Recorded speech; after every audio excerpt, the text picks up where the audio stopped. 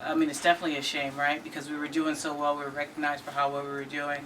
And they built 147 to go straight through that, right? Basically where Hayti and all that other kind of stuff is as well. And that really kind of crippled the businesses, because being able to get startup capital to reinvest or recreate, a brick and mortar was hard. At that period of time, it's kind of, you made the wheel, it's kind of hard to reinvent the wheel when you can't really go to the banks, you don't really have that support system. So that's a little bit about Durham Black history.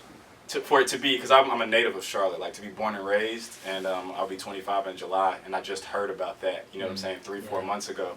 So you would pass by these neighborhoods and your parents would mention like, oh, well, this used to be, all your prominent black lawyers and doctors and all that stuff used to live here, but that's all you really hear about. You don't really hear about to the full extent to which they flourish, like to know that the first, multi-million dollar, insurance company was here.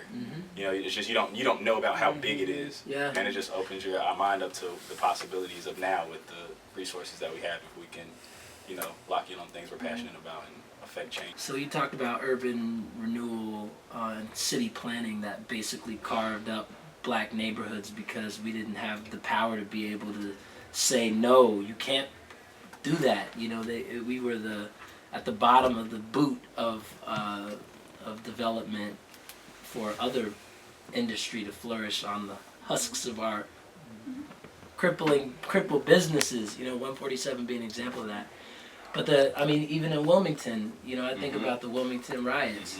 And so whether it's like subtle, through urban planning, or straight up violent, like loading a Gatling gun on the back of a carriage and shooting people, burning down newspapers and shooting people out, Rosewood, Tulsa, the other Black Wall Street. It didn't just disappear, it was blown out of existence because of that kind of repressive pushback that comes with black resiliency. There's always pushback.